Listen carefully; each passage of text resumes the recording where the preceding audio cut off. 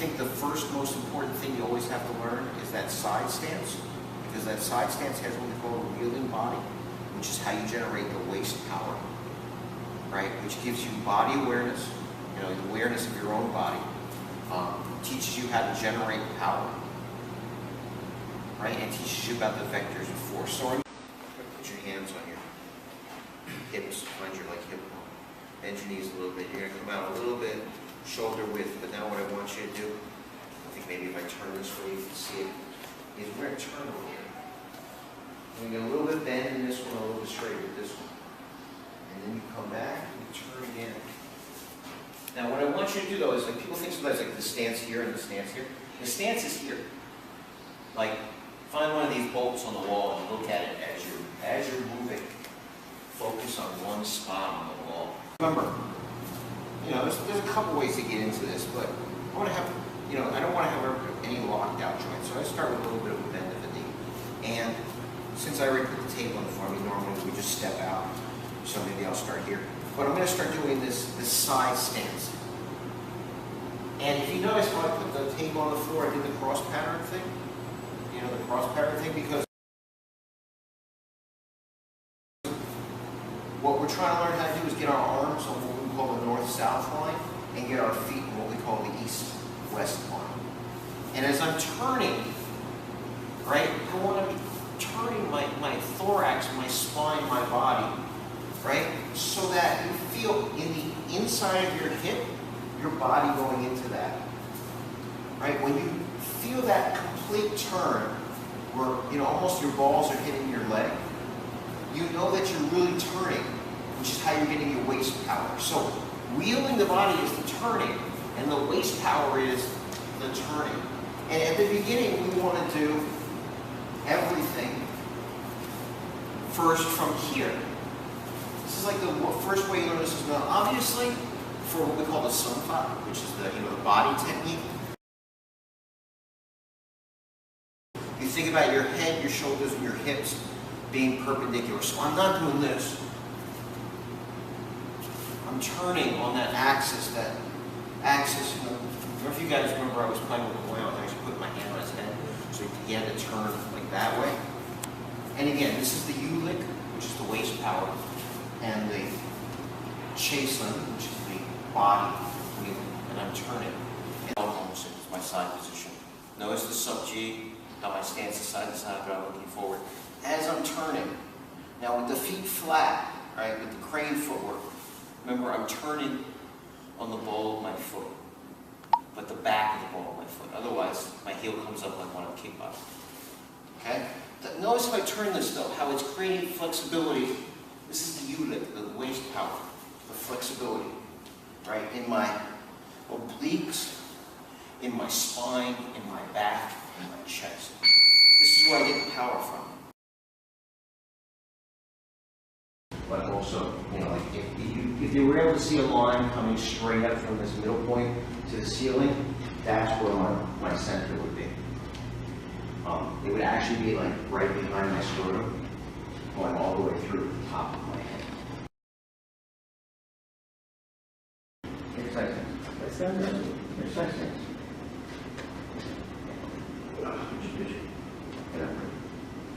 When people move, again, like I said, a lot of people are moving, they're like all over the place. You see how here? Like doing this. So what I do is this. Right. You see how I'm kind of compressing him a little bit, which is kind of a jerky thing to do, but I'm teaching him that again. Think about that barbecue skewer going through the top of your head. Right? It's a really important concept. It really is an important concept. Move, move, move. Keep going, keep turning, keep turning, keep turning, keep turning, keep turning. Right? And again, why? Sanshou, right? Guys, look for a second, right? My head, my shoulders, and my hips are perpendicular. All at the same time. I have my hands out. Remember, I step out and I start doing the side stance. The turn. Remember, I'm trying to turn as much as possible. I still have that sub-G, the cross pattern. I still have that north-south where I'm looking, and my stance is east-west. And I'm turning.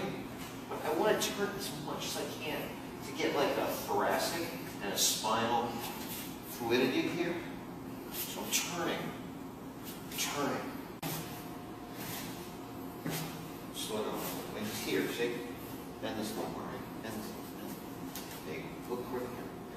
Don't look at me. Look at the camera. Did you feel that? Yeah. That's the kind. So you turn, right? Remember, you still be looking at the camera. Turn. Turn. Turn. Turn. Turn. Turn this way, stay, right? So remember again. Look at the camera. Don't you feel this? You feel how much your spine stretching? Yeah. You feel how your thoracic, your whole upper body is turning? Right? So keep turning, right? This is not just power generation, right? In the sense of, well, we're learning to use our hips and shoulders. It's also flexibility, which allows our punches to be stronger, to have more penetration, and to actually hit hard. Now the thing about this first is obviously we're learning how to use our hips and shoulders, but we're also learning how to use our core to turn us. To turn us. And finally, if you stuck your arm out while you were doing this, you would get the concept that my arms are stretched out, but my body is away. Do you see the difference? Now, I'm stretched out, and I can hit you, and it's harder for you to hit me. So in Lama, which is where my stuff comes from, this is that 8-character true essence, which is you stretch your arms out, but you keep your body away. Remember, you have Chun, which is your straight punches. You have Bean, which is your back fist. You have Bean Chun. Bean Chun.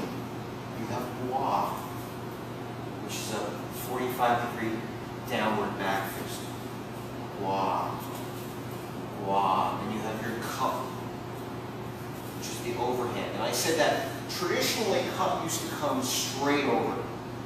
This is the traditional way, but Chan Tai San always tries to have a 45-degree. That was his take on it, his innovation, so to speak. 45-degree. Then you mix them, you do Hua cup, just like you had Bean by itself, and you had Chun by itself, and you had Bean Chun. You have Hua cup, and you have Fan Pao, which is the bottom, the hammer fist part of the bottom of the fist coming up and over, up and over, up and over. Then you have the Pao, which is the thumb side of the fist going straight up. And again, everything I'm doing is on that Sakji, that cross pattern, right? I'm not like going over here and going over here. All my strikes are toward the camera, but my feet are on the east-west line. And then you have Fan Pao, Pao, Fan Pao, Pao. We did Jugen Pao, which is an uppercut with the palm facing you. Jugen being to look in the mirror. So I'm looking in the mirror. And we had the Gok, which is the hook. And I talked also earlier, so you guys can go back and start looking through the videos, for the wheeling hand that set this up, the wheeling hand that set the Gok, and the wheeling hand that set up the Jugen Pao. That's a movement in itself. It's a block, it's a redirection, it's a clearing, it's in the grappling also. And this is pretty much all the basic fist seeds, the kunjung that we did in this side stance. Remember, you have Chun, which is your straight punches.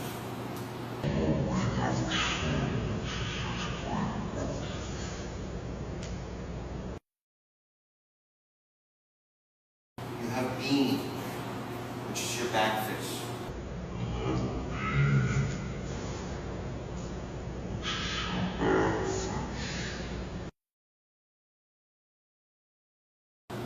You have Bean Chun. Bean Chun.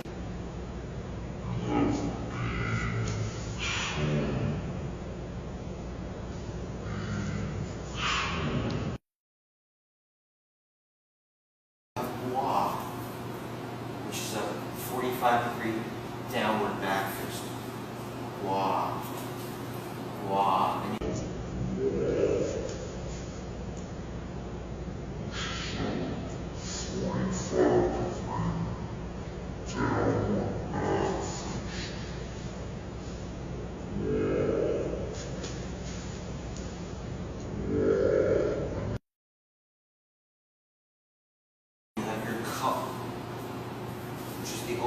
And I said that traditionally cut used to come straight over. This is the traditional way, but Chan Tai San always tries to have a 45 degree. That was his take on it, his innovation, so to speak. 45 degree.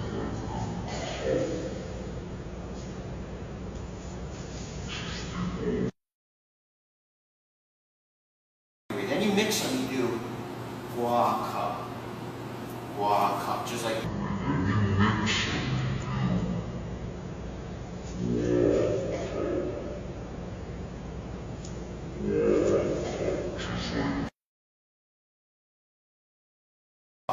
And you have fan pao, which is the bottom, you know, the hammer fist part of the bottom of the fist coming up and over.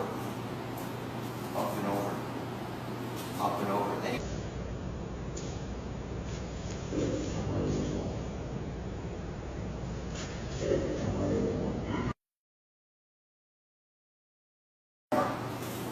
but my feet are on the east-west wall. And then you have fan pao, pao, fan pao, pao.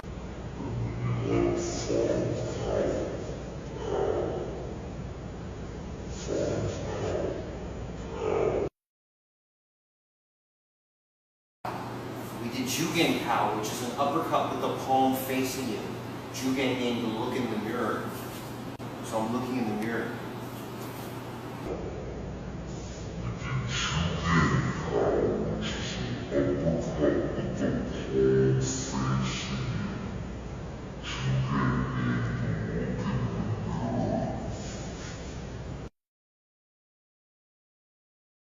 And we had the gawk, which is the hook.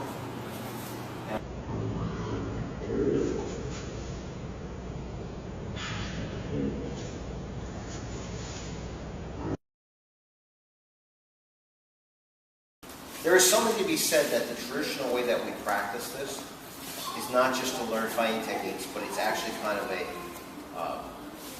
therapeutic method. And again, remember, when you're stretching out the body, it's got that therapeutic, that health benefit. It's also got that fighting benefit, because all this stuff that you hear about iron body, golden bell and stuff is related to flexibility. Again, it's the opposite of what do you think. Like I was talking about, don't be stiff. Power doesn't come from stiffness. Power comes from relaxation. So iron body, the ability to withstand blows, doesn't come from like weightlifting and developing tremendous muscles. A lot of it, when you learn the real method, comes from certain flexibilities in the spine, in the in the back, in the waist. But again, the traditional order that we do things, right? The traditional order that you're taught was you have the side stance, which becomes the wheeling stance. Right? And again, you feel that's developing flexibility. Then the chun, because the chun starts teaching you this extending the arms, cross pattern thing. Right? Then the beam. And the beam becomes a more ballistic way of getting you to turn, right? Because here, I'm focusing most of my attention on the forward. But when I'm doing this, as this swings around, see how it's giving me that extra bit of turn, right? So like in the lats and in the lats and the obliques and stuff like that as you're turning. So beam. And you're doing beam chun, so you're combining the two and you're making sure you're really opening up and extending. In other words, you're not doing the concave chest thing, which some Chinese martial arts systems do. It's open. Okay? Then usually it's Jugen Pao, which is the Pao of the uppercut. Right? And also the regular Pao, like I said, this is the traditional Pao, which I'm not really going into with you guys yet. Right? But again, here is you get that sub-chi position, but you also get now this stretching for the sky position, because this Jugen Pao can be here, it can be here, or it can be all the way up like a Superman punch, like bam, pow, zoom, like Batman, to the top. Right? Then you have gawk. Right? And later you learn there's a gawk jump, which means that you're turning from the hook into an elbow. And again, this is kind of stretching your back because you're folding in. Right? Yeah, you feel that? Right? Plus, everybody's seen Mike Tyson do that in the old days, right? He would hook people and pull them into it. And this is also for like the Shuai Jiao, for the neck surrounding. For the neck surrounding. Then you have your gua, right? Then you have your cup by itself. Then you have your gua cup. And this again, right, there's things we call arm wheels, right, which is you just go like here. Or you do stuff like this.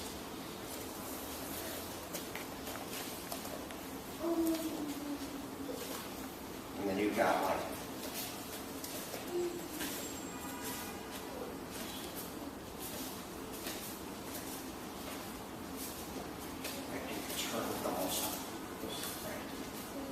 slap. Right. Slap. Slap. Slap. And again, this is getting you one so you can hit, but also you see it's going to be a tremendous amount of flexibility. Right, and then you have your object power. Right, so I keep slipping into twist on this one. Okay, so that's kind of the traditional order. I put the arm wheels in there, which are not in the traditional order, but it's good to have them on tape. Now, once you get the side stance down, the next thing you want to do is the footwork. And the first footwork we do is the zigzag, which is the 7-star. 7-star stepping. Why is it called 7-star? In Chinese cosmology, the 7-star is the Big Dipper, and it's represented literally as a zigzag pattern. So I come in and I step. And again, my attention is straightforward, even though my stance is zigzagging. So you can see how I'm coming down the tape line with this. Let me come back down here a little bit. So my attention is straight down the line. Step, turn. So my punches, for example, would still be down the north-south axis, even though my stance is zigging out. And it's the same thing like if I did gua cup. My gua cup is still going toward the north, but my stance is zigging out. Or my pow. You know, or my jugang pow. Or my gua. So, I'm stepping and I'm turning into the foot that I'm stepping. I have a little bit of bend. I'm stepping and I'm turning into the foot that's stepping.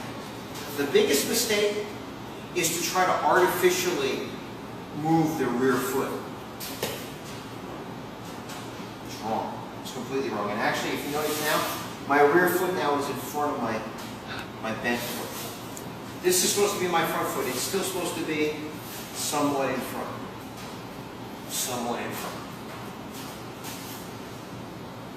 Okay? Now, as far as it moves, if I'm using the wheeling body and I'm developing the waist power by turning, the foot's going to drag up from the correct application of the power. So again, let's say I'm doing chuns. Straight punch. Straight punch. You see that? Power is what's moving that foot.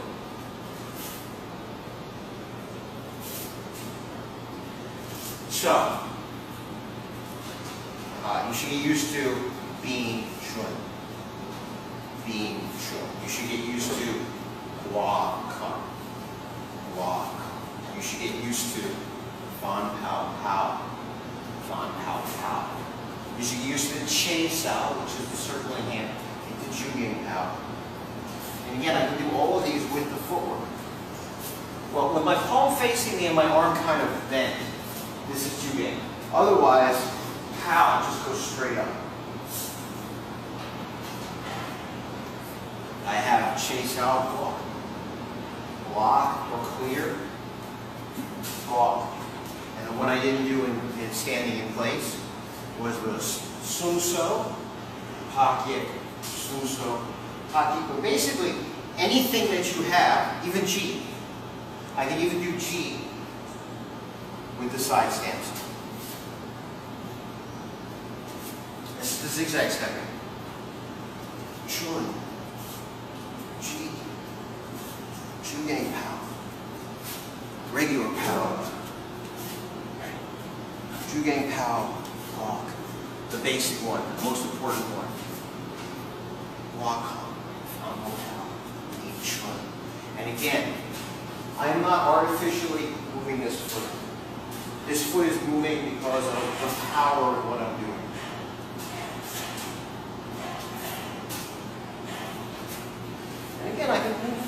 can change things any way I want. Right? So tons of techniques.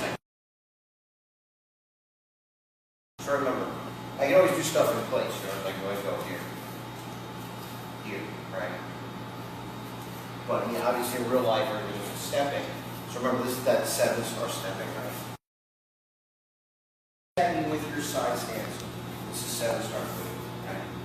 This is 7-star stepping. And remember, the only reason this foot moves is because once I step and turn my hips and shoulders, it's being dragged. It's not because I'm moving it. I'm not going step and step.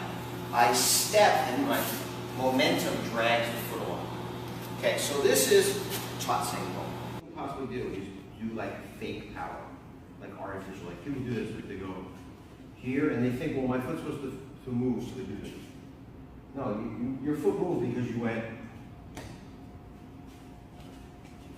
Don't go here and then throw your foot up. It's not. The only reason this foot moves, either moves or it doesn't move. And it moves because of the momentum and because of the turning the waist, the U-lift. So if I step here and here, if I don't really turn, see, it doesn't move. But if I go here, it's the momentum, it's the turning of my hips and shoulders that turns. Right? So,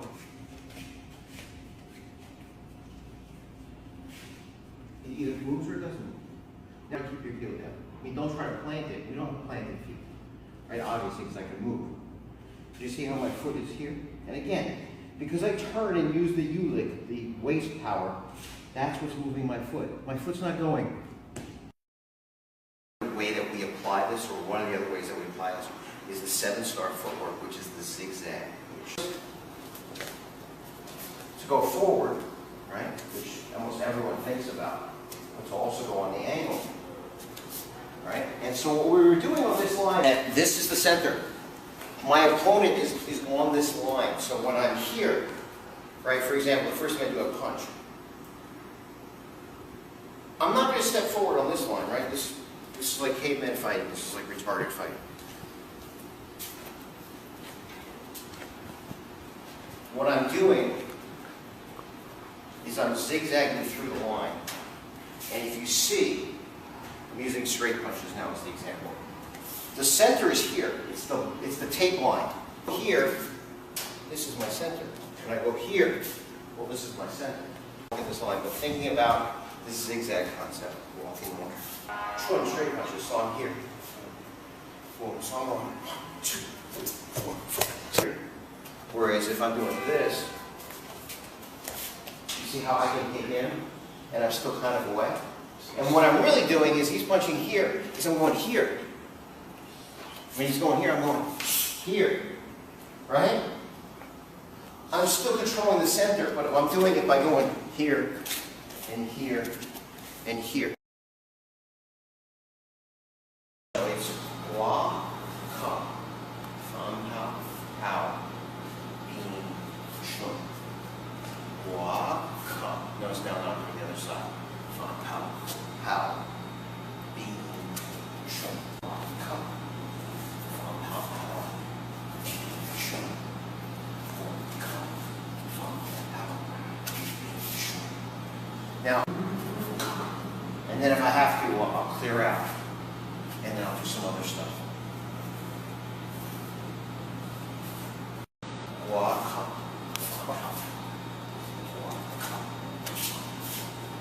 Right? But Lama, like I said, this is almost like Lama in a nutshell. It's wa, ka, fam, hao, hao, bin, shun, wa, ka, fam, hao, hao, bin, shun. Why it's so hard for people to turn around when they do this, right? So you just see all the time, like people would go here, like they do in Shun, and you're supposed to turn around. I go, walk up, Shun. I go, walk up, Shun. And actually just film this, because this will show you the real way to do it, because I don't think about it anymore, just go. So it's this, it's just, okay, and if you think about it, right? What is that? Shuai Jiao. It's a throw, right? Yeah.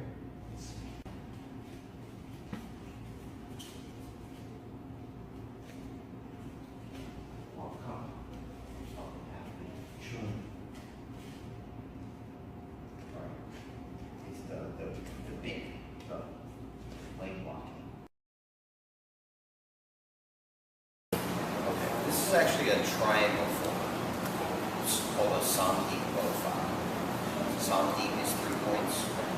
Ofa is stepping technique for stepping. You see in the forms I said. I've sort of put this on film before, but I do it as a drill. From here in the side stance to a chun.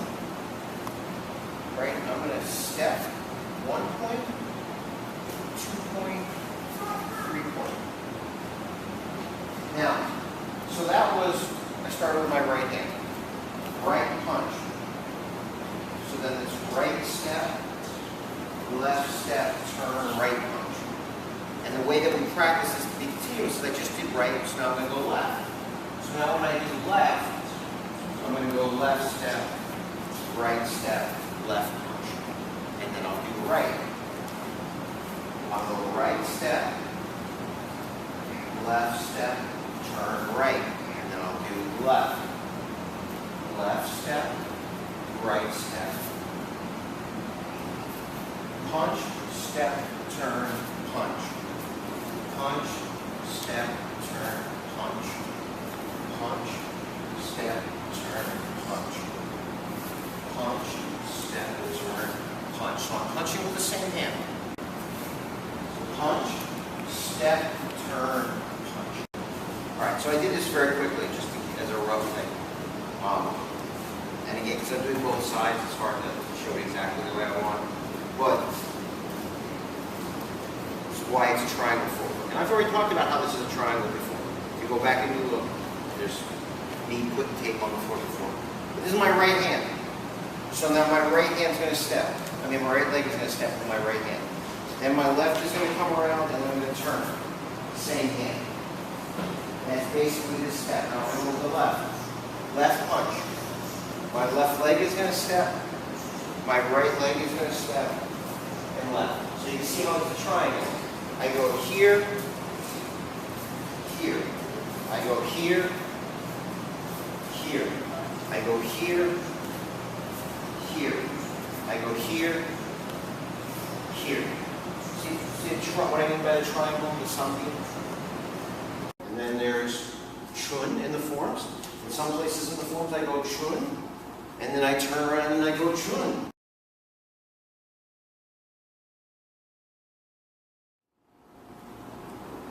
Which a lot of people think is I punch one guy and I'm in a bar and I turn around and punch the other guy. This one. I don't think it's 2 punches. I think clear. And I come in and I turn.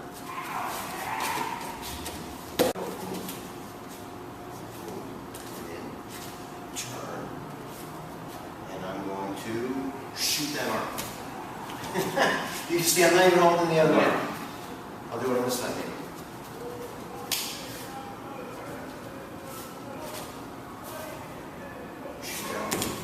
Let's say I go right punch. Boom. To get in. I step in. I step and I punch. I go left punch. He's had it twice. I go left punch. Boom. Left punch. So I step with my left. I turn with my right. And my left punches. Punch. Step with the right. Turn. Punch with the right. See what I'm doing?